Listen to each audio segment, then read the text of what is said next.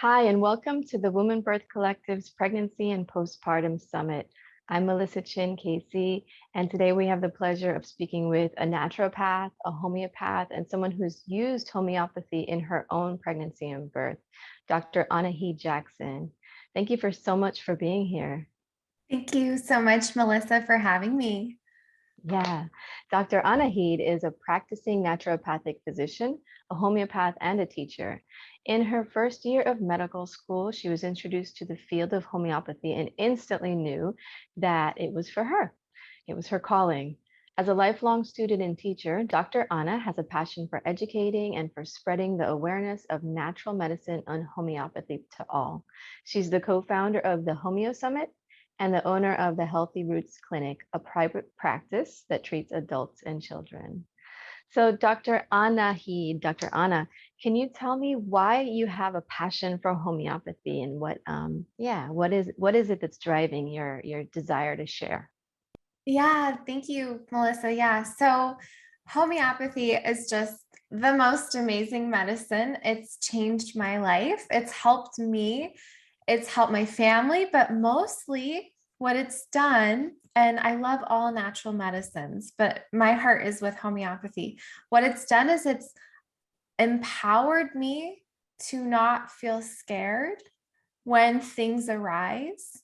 And I feel like in this age, this day and age, there's so much pressure put on people to not listen to your intuition, to give up your empowerment, to, you know, that the doctor knows everything, that the person with more education knows more than you. But the thing is that we all have that intuitive knowing of what we need, what our bodies need, what our children's bodies need. And we need to tap into that more. And homeopathy is just a way that you can empower yourself and take control of your family's health. So that's one of the reasons I'm so happy to be here talking about it, because it's just another tool that we can use, that the earth's medicine, it comes from the earth and it's available to us, and we can take advantage of that and really help our family. So that's kind of what drives me, is the want of people to take control of their own health again.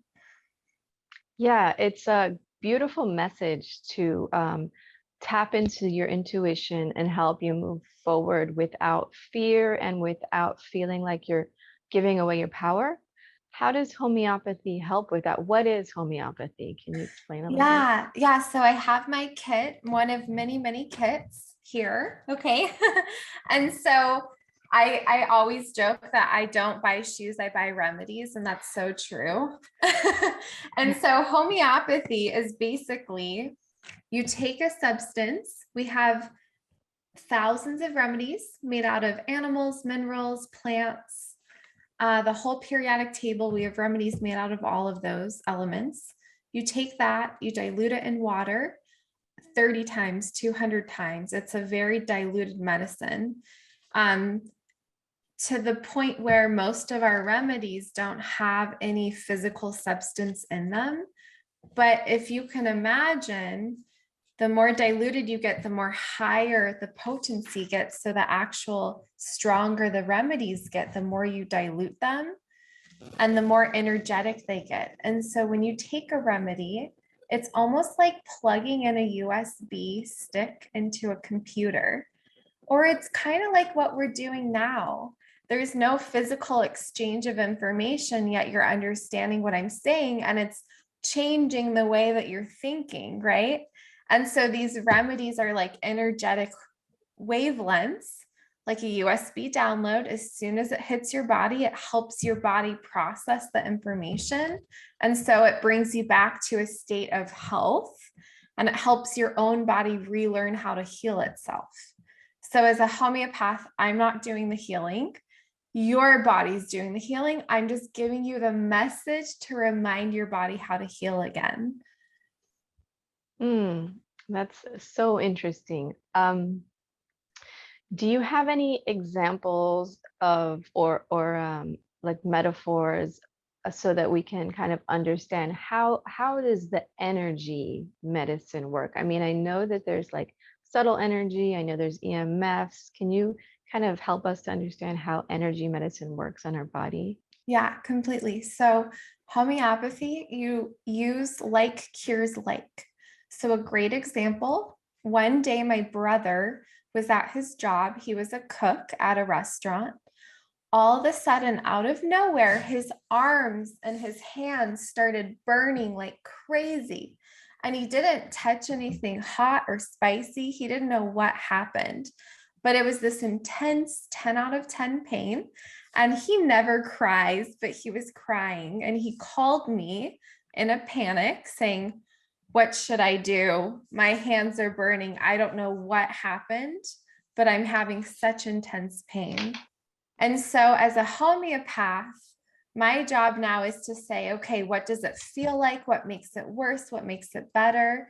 There's a remedy, it's called cantharis. It's made from the Spanish fly beetle because the Spanish fly beetle has a little bit of substance that it creates. And if we get that substance on our hands, it's very caustic and it burns our hands. And it makes the same burning sensation that my brother was describing. And so if I give my brother homeopathic cantharis that fits his symptoms, and it's the principle of like cures like, then it will help him overcome that burning sensation. And so I did. I told him, and all of my family members have a little homeopathy kit. I told him, go home, take some cantharis, and then tell me what happens. He went home, he took a few pellets, and then 10 minutes later, he took a nap, which is a great sign because that means the body's healing. And then he called me an hour later and said the burning is gone. And so that is the principle of homeopathy is we are matching you as a person and your state of being, your physical body, mental body, emotional body to a substance that produces similar symptoms. And in that way, we give the body back the information to get back on center again and to heal from whatever malady the body's going through. So, homeopathic apis, which is a remedy made out of bumblebee, is really great if you have swelling and heat, just like if you were to get stung by a bee. So if you have a really bad sunburn and it feels kind of like a bee sting, that remedy would be helpful for that. So that's kind of the principle that underlines homeopathy is what, like cures like. I see. And I just want to pivot for 1 second back to when you said when you take a nap, it means the body's healing. Is that just in homeopathy or is that like all the time? I mean, should we be napping all the time, especially pregnant people, right? Because Oh, sometimes when yeah. we're working and, doing all these things and is that true? Well, you know what? It's so funny. You can use homeopathy to treat acute illnesses like, the burning. It's a very short lived thing or chronic. Usually, 7 out of 10 times when I give a remedy that matches that person and where they're at, they'll often nap. And so that's the body's way of healing is through sleeping. And so, yeah, napping is amazing for our bodies. And I see that a lot. And if you're pregnant, yes, nap. Like just listen to your body. If you're pregnant, or even if you're not pregnant, just try to tune in more to your body and just listen to the cues it's giving you and nap if you can, right? Yeah, that's great that you have a feedback system for if you gave the right remedy. I'm sure that's helpful for you as a practitioner. It's very helpful. Yeah. And I've seen that. And it's so funny because my brother, especially, every time it's the right remedy, he naps immediately within 10 minutes of the remedy. That's great. So Yeah. how can we bring these remedies into pregnancy, birth, maybe even postpartum? Yeah. Yeah. So before we get into that, I just want to draw our attention to the history of homeopathy Yeah. Mhm. because homeopathy, I'm in Washington State, so I'm talking about America here. but homeopathy is used all over the world. In America in 1900, which was not that long ago, there was over 22 medical schools, hundreds of homeopathic hospitals that just did homeopathy. There was thousands of pharmacies that just had homeopathic medicine. There was whole birthing wards that just used homeopathy here in this country about 120 years ago. And so this country had homeopathy flourishing. Many, many women, every single mom and grandma had a kit in their first aid, house. I mean, it was very, very normal. And, sadly, that's been lost over time, but it's making a resurgence. And so you can use homeopathy for morning sickness. I've had a lot of patients with morning sickness that don't have relief, but have it through homeopathy. And then just the birthing process itself. So, for me, it was phenomenal. I had a home birth here at home, and we live way far out in the country. And I had my homeopath, my midwife, and my chiropractor there. All Oh, that's great. yeah, it was the most amazing birthing team of women. And my husband, he was the only man. and homeopathy helped with my pain during labor. I had a lot of back pain. It helped with my dilation. It helped bring my contractions back because my baby got stuck. I was pushing for 7 hours. It helped the placenta come out smoothly. It helped me recover after birth. I mean, we have so many remedies. And then, it's just so incredible, and it's so safe. Whether you're pregnant, whether you're giving birth. I was giving remedies to my baby after she was born because it's a very traumatic process, right? To be squeezed for 7 hours in a little tube, right?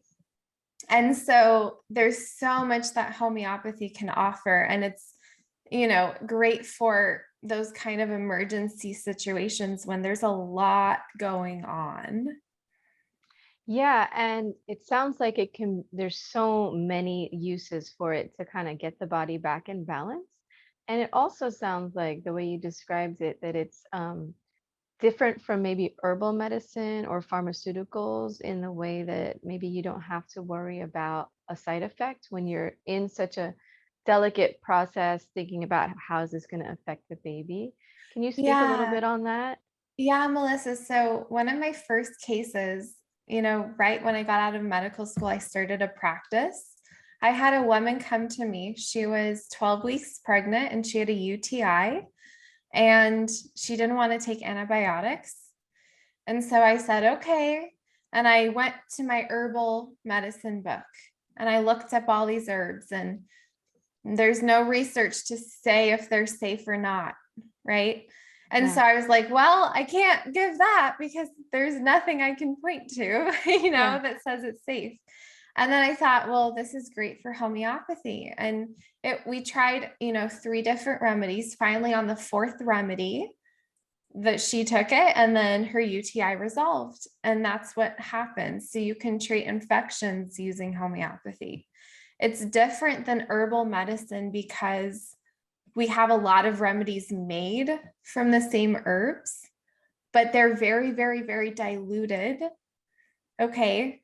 And we also have remedies made from plants and minerals. And so usually when someone says homeopathy, they think, oh, natural medicine, like nutrition and herbs. And no, homeopathy is its own little distinct form of medicine within that whole scope of natural medicine.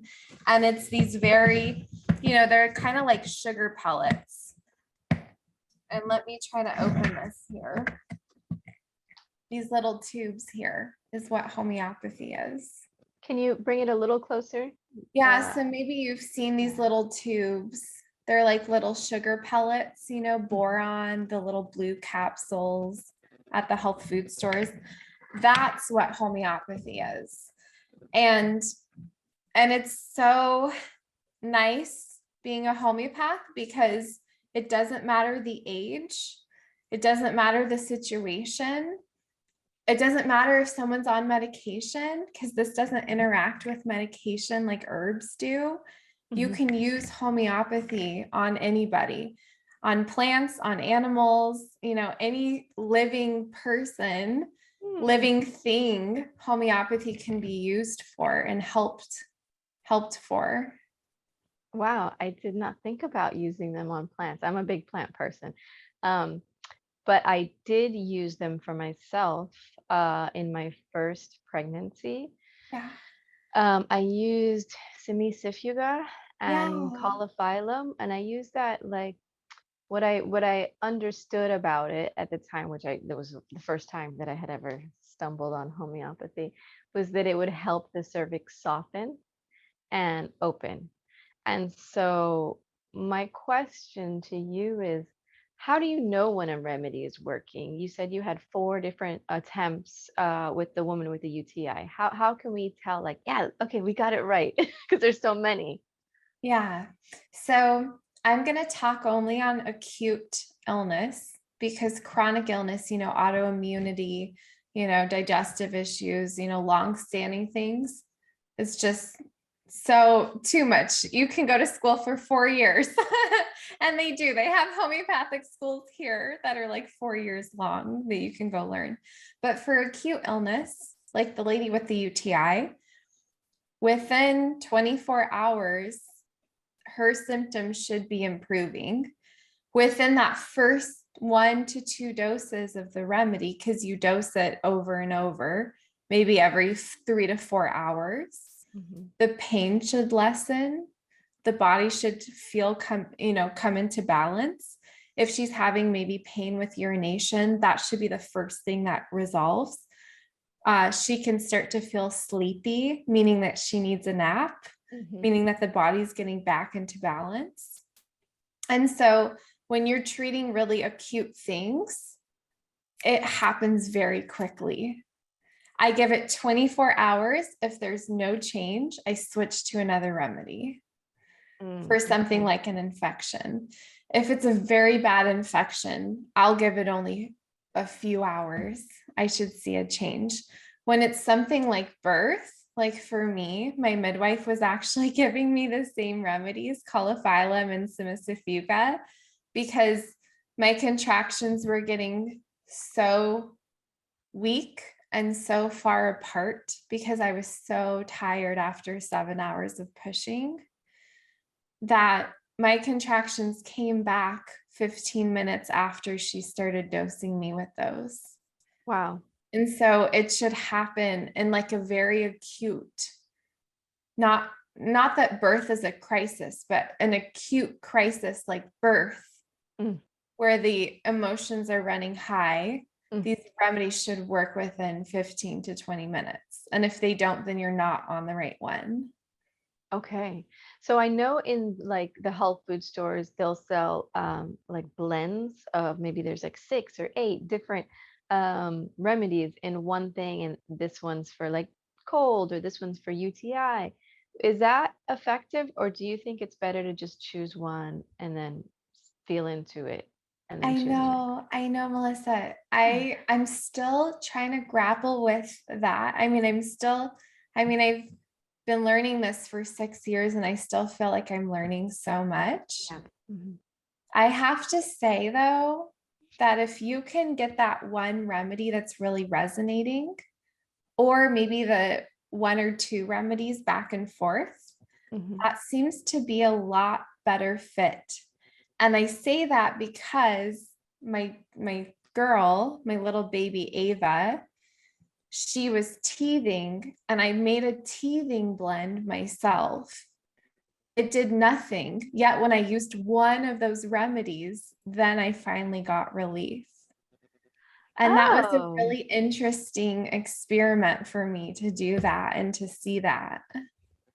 Yeah, well, when you say that, it just makes me think of like it's vibrational, right? It's waveform, it's energy. So maybe some of the remedies are canceling each other out a little bit. Yeah, so some homeopaths, so homeopaths are all so different, right? Some homeopaths say, yeah, you only just want to use one at a time. I Mhm. have to say though that sometimes I intuitively like I meditate a lot when I work with people and see what comes. And sometimes I intuitively think, no, they need both, and Mhm. I'll mix them together, Yeah. but often it's just a one remedy at a time.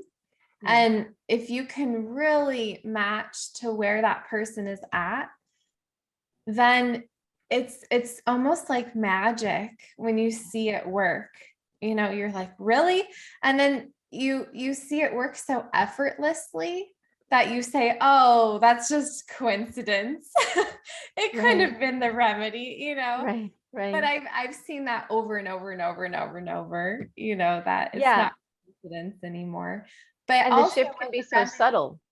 it's so subtle, yeah, because the body naturally healing is so effortless, Mhm. and it's like a wave, and it's just like, wow, like it's always been this way, that you Mhm. forget that, Mhm. oh, the remedy sparked that. Yeah.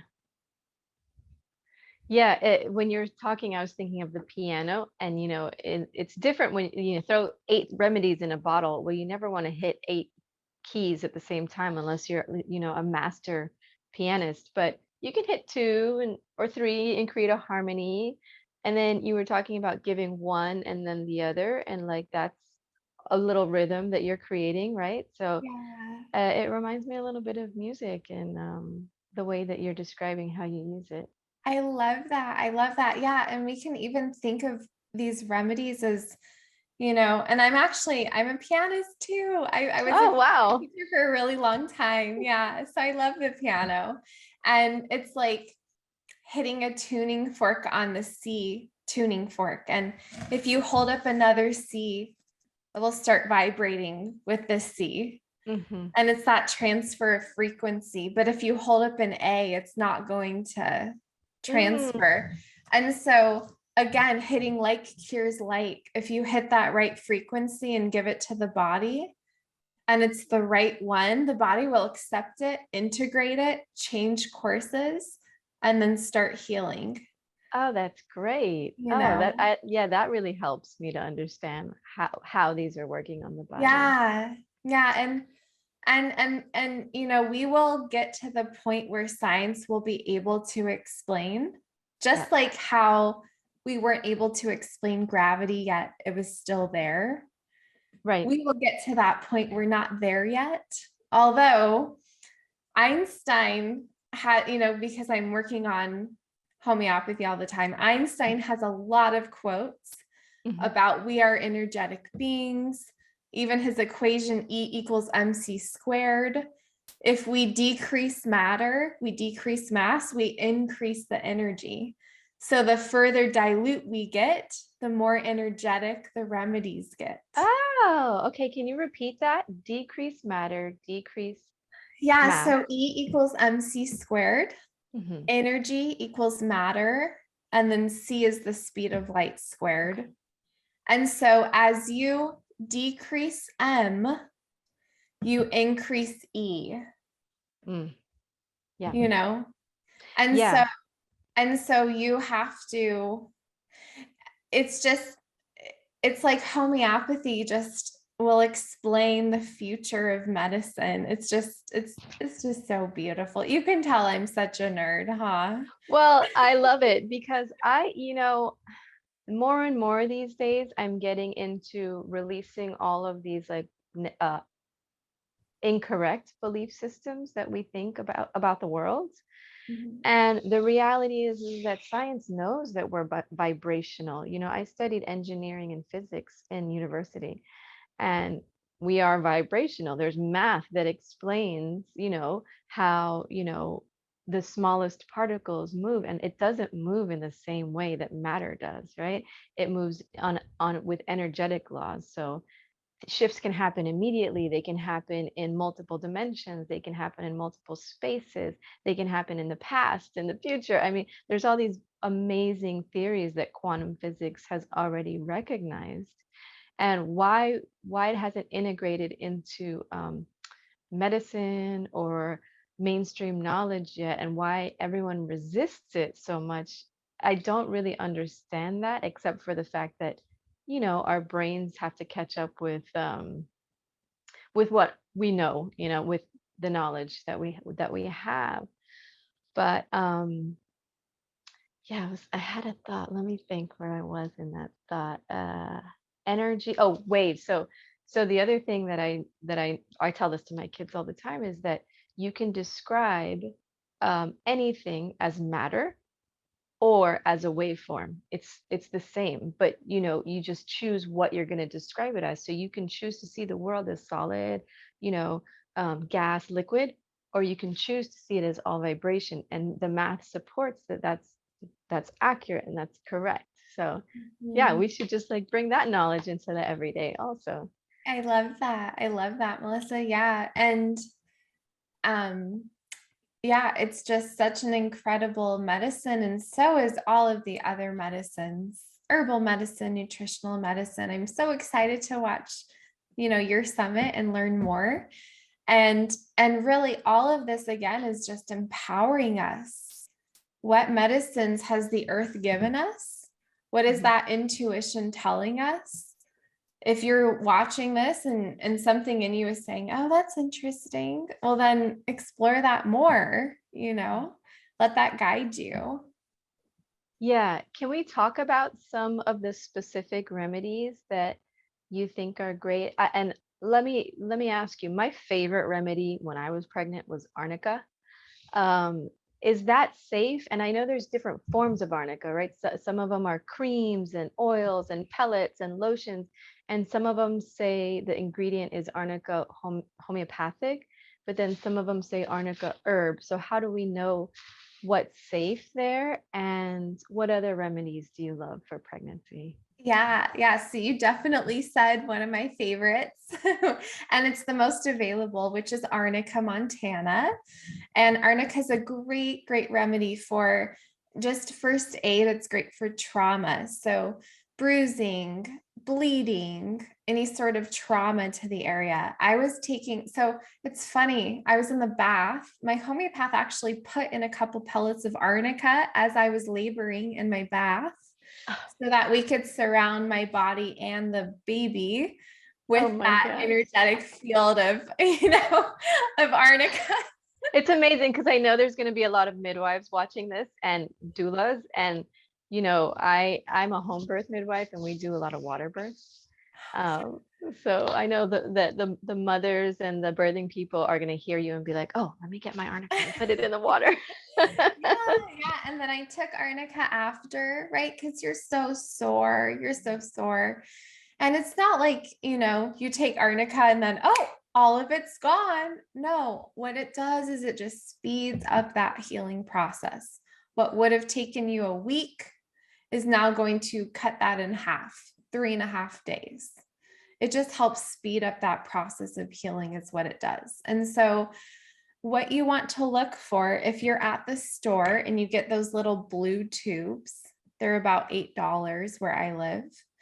Arnica 30C is meaning, so the C means 100, the 30 means it's been diluted 1 part arnica to 99 parts water.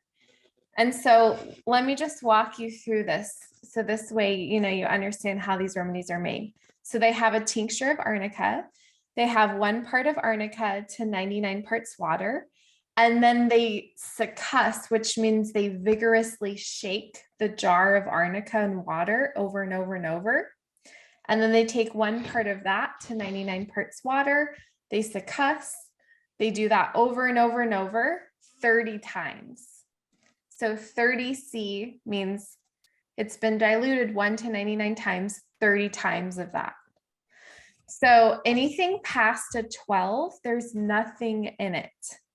So a 6C has a little bit of arnica still in it. But anything past a 12C does not. So a 30C will be very safe. A 200C will be more I think for birth, a 200C is appropriate because it's a stronger, higher dose.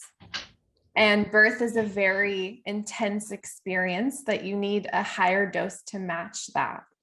And so, if it says anything like a 6C, 12C, 30C, that those are safe. If it's an arnica herb and it doesn't have a C on it, then it's probably an actual herb. I would say that topical lotions are okay, although you are absorbing a little bit of that, right? But homeopathic, C's, sometimes you might see X's. X means 10, so it's diluted 1 part to 9 parts water instead of 99. So that's what an X potency means. So that has a little bit of arnica in it, right? Because it's not 100 times diluted. So I would stick with 12C or above if you're being super safe to not have any arnica, because arnica in really large quantities is toxic. You have to be careful of that remedy. Okay, so C is safer than X, has less plant material or whatever. Yeah, less Subtype. plant material. Yeah. X Okay. still has a little bit. I mean, it's pretty diluted, like a 6X, Mhm. 1 part arnica to 9 parts water, diluted 6 different times. Right. So there's just hardly any arnica in there, but there's still a little. And so if you want to be super safe, you can just go with a 30C. They're super available. They don't have any arnica. It's all energy at that point. Okay. And so when would we be going for those higher number C's as opposed to those lower number X's? I know you said with intensity, like birth, that Yeah. higher number C, higher dilution is a stronger medicine because Mhm. E equals MC squared, right? And we're bringing the matter down and the energy up. When would we be going for those like X's or? Yeah, so I will use X's for chronic cases if I'm supporting certain organs. So let's say that, for example, somebody has a lot of inflammation in their body and I want to bring that down. Belladonna is a really great remedy. So belladonna is also toxic as an herbal form, too much of it. It actually dilates your eyes. And belladonna is great for intense fevers, lots of inflammation, suddenness. And so it's great to help, that inflammatory process. I'll use like a 6X daily for 2 weeks to help bring someone's inflammation down. Or I will use another great one is like for the liver, chelidonium. Chelidonium is an herbal remedy that's great for the liver. You can use chelidonium 6X daily to help that liver specifically to support that organ. So I'll use lower X potencies to support certain organs and body systems. It sounds like maybe you're describing that those lower dilutions are more for like a physical place, and then the Yeah. higher dilutions are more for like an energetic place. Yes, yeah, I would say so. That's what I was also taught when I was in school. Some homeopaths would argue with me that maybe, because we're still learning. Homeopathy it's only been around for about 250 years.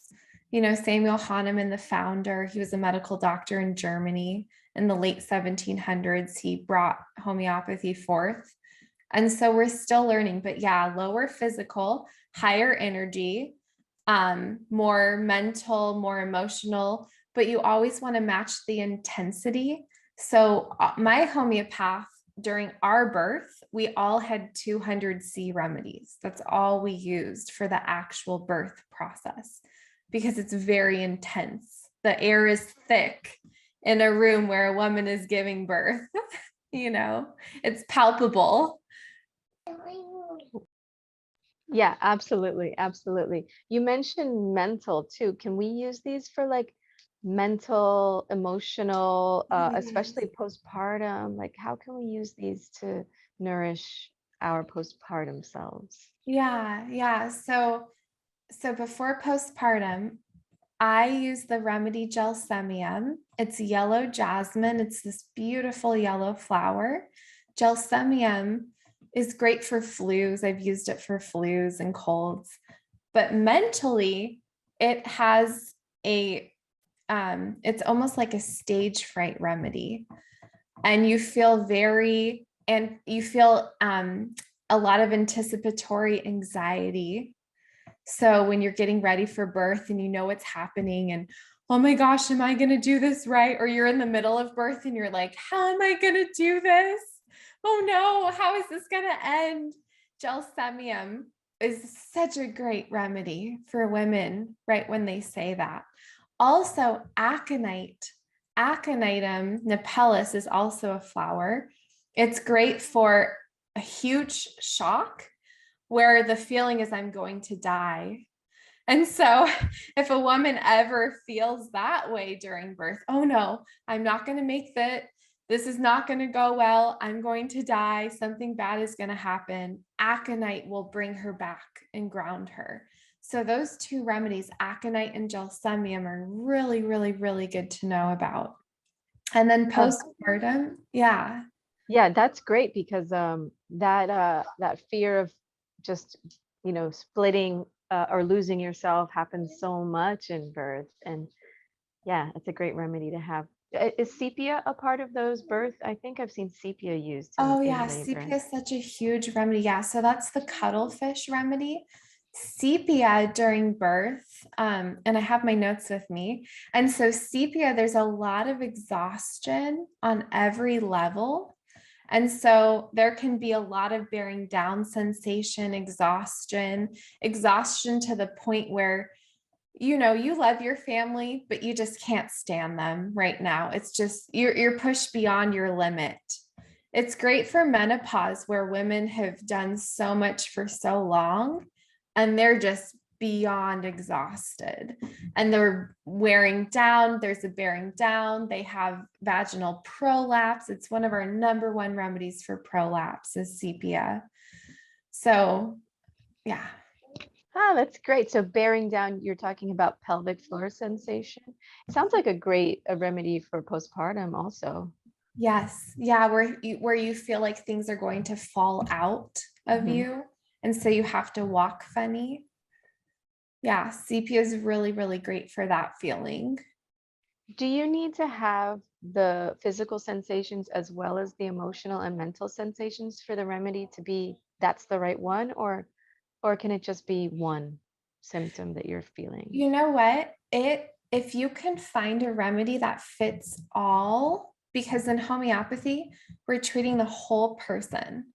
We're treating mental, emotional, physical all together.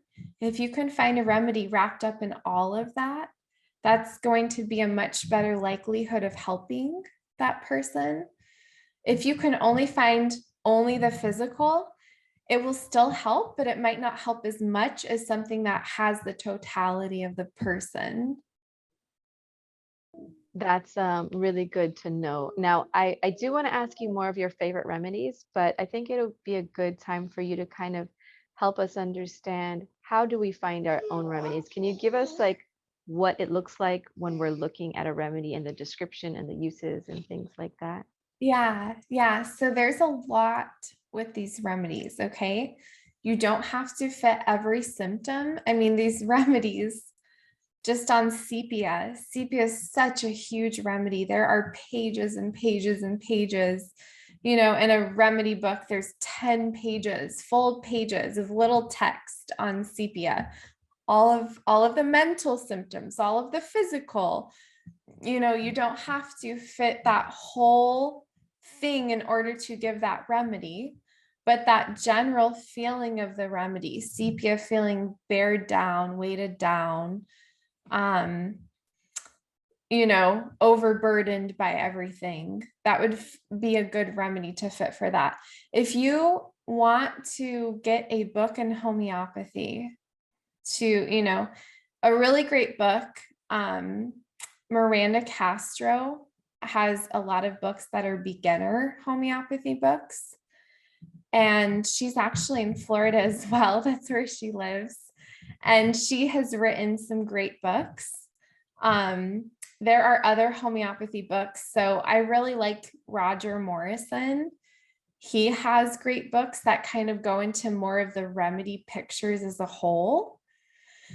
If you feel overwhelmed, you can always work with a homeopath to help you. Or you can get a very specific book in like pregnancy and birth. Miranda has a whole book on like pregnancy, childcare, you know, to help your child with teething or colic or all of those little things that come about. So that book is very geared towards that, you know, subset of people. But there are, you know, great remedies out there. I've also made a pregnancy and birth class just myself with all of those remedies with a description of what they look like and everything.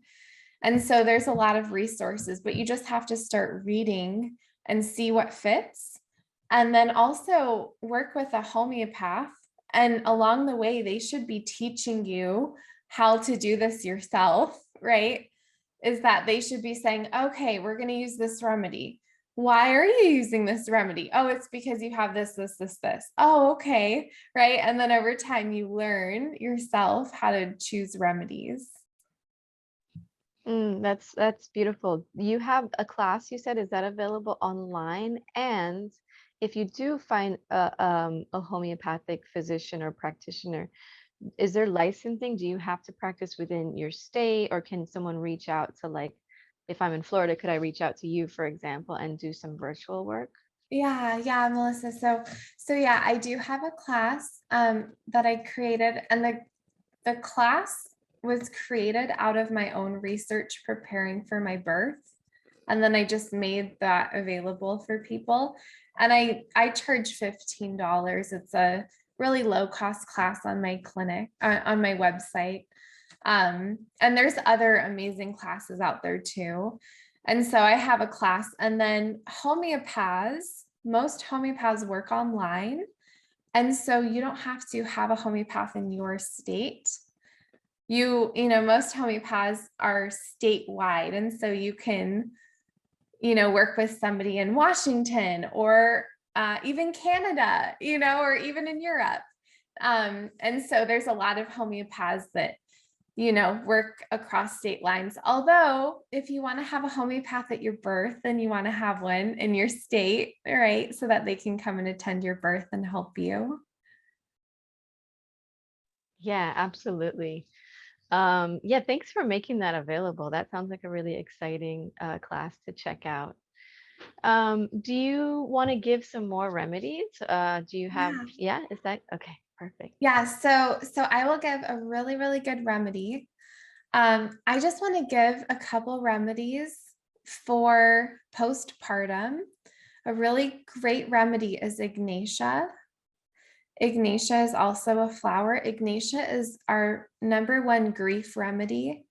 If your birth maybe didn't go the way you wanted, or you have a lot of sleeplessness after birth, like, yeah, grief. I mean, even just transitioning to motherhood and losing, I know that I kind of felt like I lost my identity as who I am because now this thing needs me all the time. And I love it so much, you know, but at the same time, it's like I lost myself, you know, for 8 months, you know. And so, Ignatia, you can have a feeling of a lump in your throat, having grief, having that kind of blues, that depression. That's a really, really great remedy for women, Ignatia. Um, that's a key remedy in general for hard grief. And then it's not homeopathic, but the flower essence rescue remedy. So flower essences are actually made out of flower petals, and there's all different kinds of, you know, flower essences out there, but rescue remedy is a blend of 5 different flower essences. And rescue remedy is great for that acute shock. I've used it for people with panic attacks. If they take it, it will often stop a panic attack midway. And so if you're having like that overwhelm, or again, that grief, or your body, just the shock of birth and you're trying to get back, you know, taking rescue remedy can be helpful for you. And there's other, flower essences in there that you can learn, and there's a lot of resources, but I really love rescue remedy for women. And then if a woman has tearing, because let's talk about that, because that's very painful for women. And so tearing, of course, I would think of arnica.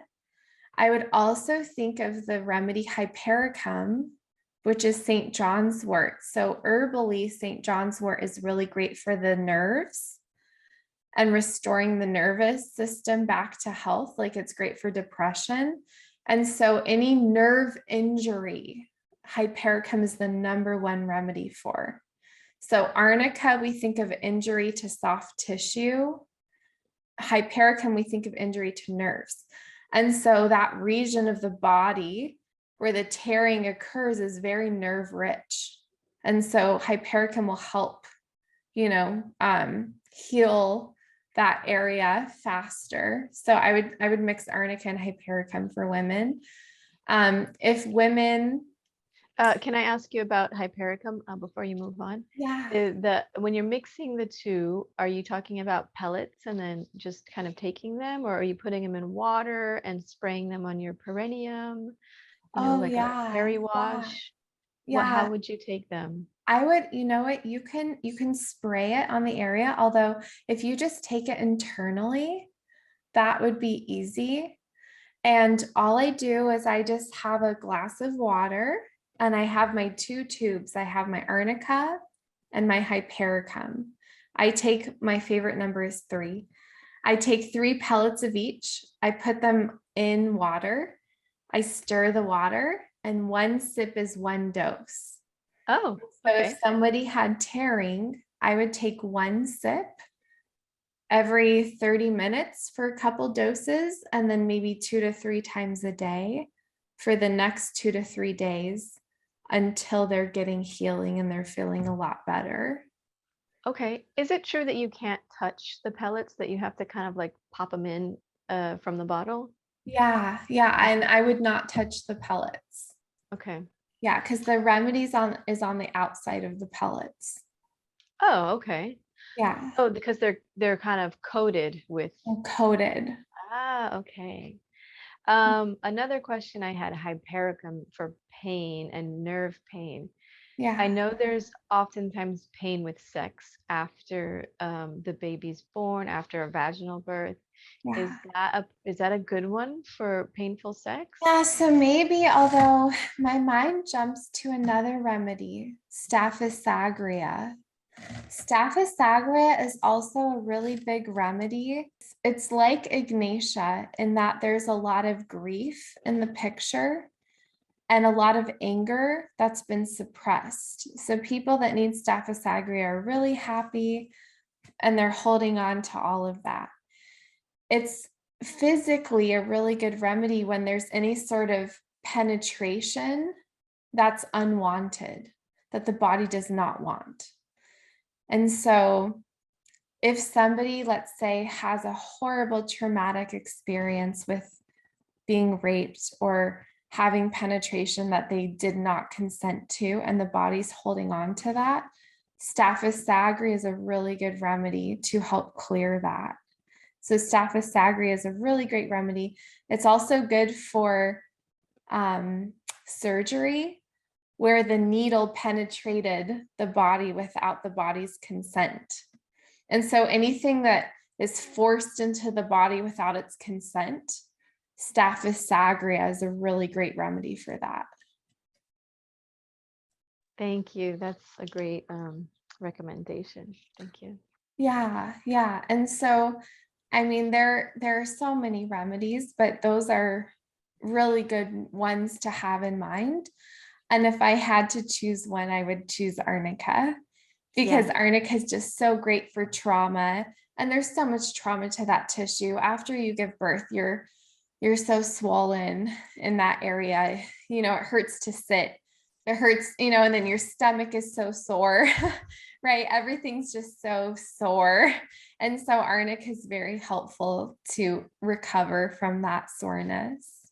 Yeah, I loved it when I was very pregnant and my belly was just achy and it would get red and a little swollen, and Yeah. I had a homeopathic oil and I would rub it on my belly, and it would just take the edge off. It didn't take all of the discomfort away, but it felt so good to have that, where I was pushed to the limit and then to come down a little bit. So yeah. Yeah, it's such a great remedy. I actually have arnica in my car.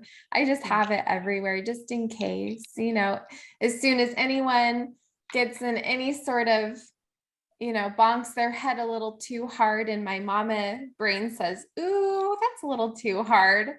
Or my husband cuts his finger, he loves working on cars. It's like arnica, arnica, arnica, we have a lot of arnica in the house. It's such a great remedy. Um, Yeah.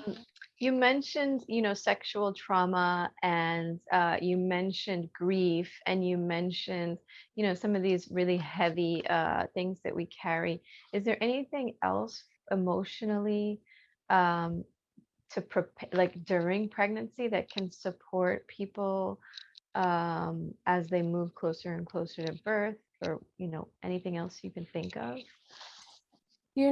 I would, what's coming to mind, and I mean, there are certainly more remedies, but what's coming to mind that I just want to share is that, that intuitive power, like journaling, like getting into why am I scared? What am I feeling? Recognizing those emotions, allowing yourself to feel them, because that's the only way that they can let go and get out of your body. Physically journaling gets them out of your body. I know that I was feeling very anxious, having my first baby and it's a home birth and how is everything going to be? We live so far away from a hospital, and just getting all of that out and realizing that and recognizing that. Um, because these remedies are so incredible, but we have to understand that we internally hold all of the wisdom that we need if we can only just tap into that. And sometimes we need help and we need to take remedies to get us there. But that wisdom is already there, if we just dig deep and tap into it. And so I don't know, that just came up when you asked that. I It's just wanted to such good say advice. that. It's such good advice. The word embodiment keeps on coming up in as I do these interviews and have these conversations with different people. And the reality is um, biologically, physiologically, we embody our our everything, our babies, our emotions, our transformation during pregnancy. And for you to reminder to like tap into it, but then have a channel, for it to come out and express and whatever it needs to do. Yeah, that's a great reminder. Yeah, I also think, Melissa, and unfortunately, I feel like our society, we think that birth is so scary and it's so painful. And there's this very like now when I think of birth, I think of it in something different because I had a beautiful home birth where she was born at the foot of my bed, Um, but often in our society, we think of a woman screaming, she's in a hospital, there's white lights everywhere. It's like this very scary event. Yeah. And so, even talking to people about birth, they will scare you with Yeah. their experience. And so, if you can find somebody that will talk about birth in a beautiful way, that's gone through a home birth or a natural birth or even a hospital birth that was beautiful in its own way, and Mhm. talking to those women and having them reassure you, or even just realizing that women have been doing this for thousands of thousands of thousands of years. That's why Right. we're here. And Yeah. tapping into that bigger power that we've had as women, that we carry as women for so long. I think that's really helpful. And so reading books from midwives and listening to summits such as this and listening to those very positive birth stories where, yeah, sometimes it does hurt a lot, but it's also beautiful at the same time it's hurting, right? It's such an empowering experience. And so if talking to maybe your mom puts you in that, oh no, scary hospital story, well, then don't listen to that. Talk to somebody that had a beautiful birth, and talk to them and realize that that can be you too. So I also think talking and reading to people with positive birth stories is really important. Absolutely. That is so important. Mhm. And it reminds me that birth is really a sexual process, and every time I help someone prepare to go into the hospital to birth, because I don't do any birth support in the hospital, or deliveries as they call them in the hospital. Um, uh, but I do prepare people, right? And so when there's a home birth, you have um, those elements that make you feel great, and they make you feel safe, and they make you feel intimate, and they make you feel like you're in a place where you can allow vulnerability, which is all of the hormones of birth, and it's also all of the hormones of like a sexual process, a sexual experience. And it's really the most powerful sexual experience that you can have is birth and labor delivery. um, and I always tell the partners that when you go into the birth room, the hospital room, make sure that you are there to uh, make your partner feel safe. Make your partner feel secure. Make your partner feel that vulnerability is welcome, and because those are the hormones that are going to promote the process to flow. Once there's fear, once there's anxiety, once there's worry, labor can stall, the hormones can stall, and we can actually hold our babies in. Yes. So yeah, it's just a Yeah. great, And yeah, also, that yeah, that beautiful gelsemium. mm, Gelsemium is such a good remedy. That really helps me get over that anxiety, you that's the know. stage fright anxiety that you were talking about. Yeah, Mhm. right. Mm, yeah, beautiful. Um, is there anything else that you want to kind of talk about? Any other topics or pieces Yeah, that come to yeah. mind? Oh, I just want to say for everybody watching that you got this and just tap into that again, that intuitive knowledge that you already have and listen to a lot of positive birth stories and don't let yourself get negative. And if you could have a homeopath there, not even there, if you can just have a homeopath that you can call up when you need, that can be very, very helpful because for me, that is what really changed the course of my birth was having my homeopath give me remedies. But that's also probably because homeopathy so resonates with me so well that just having that person there, maybe even if she was giving me placebo, it might have done the same thing because I just needed that care of a homeopath, you know? Yeah, I You believe in know, placebo. I tell everyone placebo works. I The know science tells us it that placebo works. does. I know it works so well. Yeah, even the drug company, Yeah. yeah, they know that it works so well. And so and yeah, and if I had to choose one remedy, just get arnica. It will help heal after the process of birth, definitely. And then as your baby goes on to grow up, just don't forget about homeopathy because it can be so supportive for babies and for kids, and it's not suppressive at all. It actually helps their body recognize what's going on so they can heal and learn from that. Can you tell me a little bit about some of the remedies that you used in your birth and postpartum specifically? Yeah, Melissa. So something that I did with my homeopath, which was really incredible, was I actually had her collect part of my placenta, the umbilical cord blood, the vernix, which is the, waxy covering that the baby, is born in. I collected some colostrum. So we collected different things from my body so that I could actually turn them into homeopathic remedies.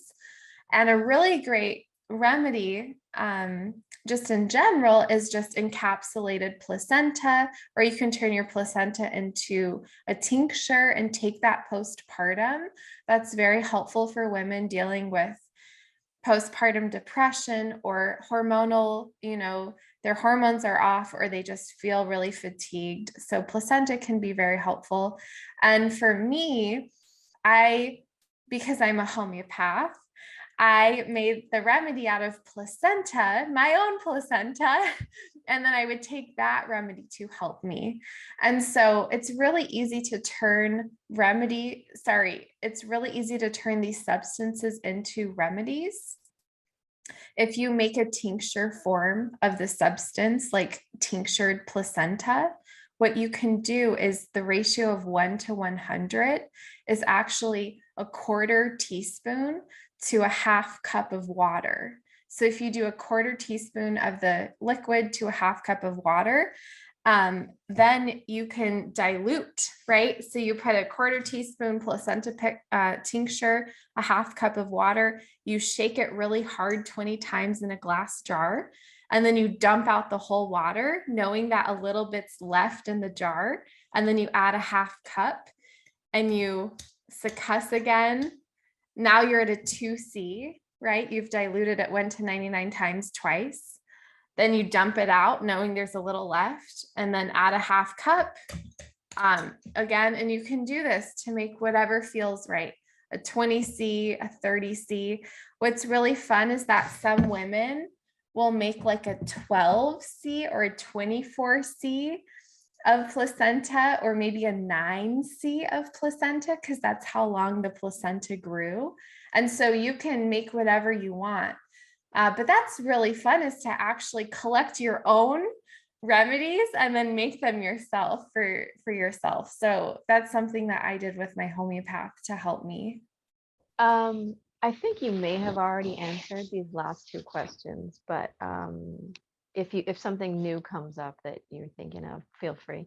It's the last two questions are, what's your best advice for pregnancy, birth, or postpartum? And what is something that they never tell you? Okay, great. Yeah, I think my best advice, again, learn to listen to positive birth stories. That was very key for me. And then what do they not tell you? That birth is the most beautiful experience ever. And I'm like tearing up as I say that, because it's so incredibly beautiful and empowering. And it, for me, was the most pivotal, incredible experience. It was the most painful yet beautiful experience of my life. And I'm so excited for more women to go through it.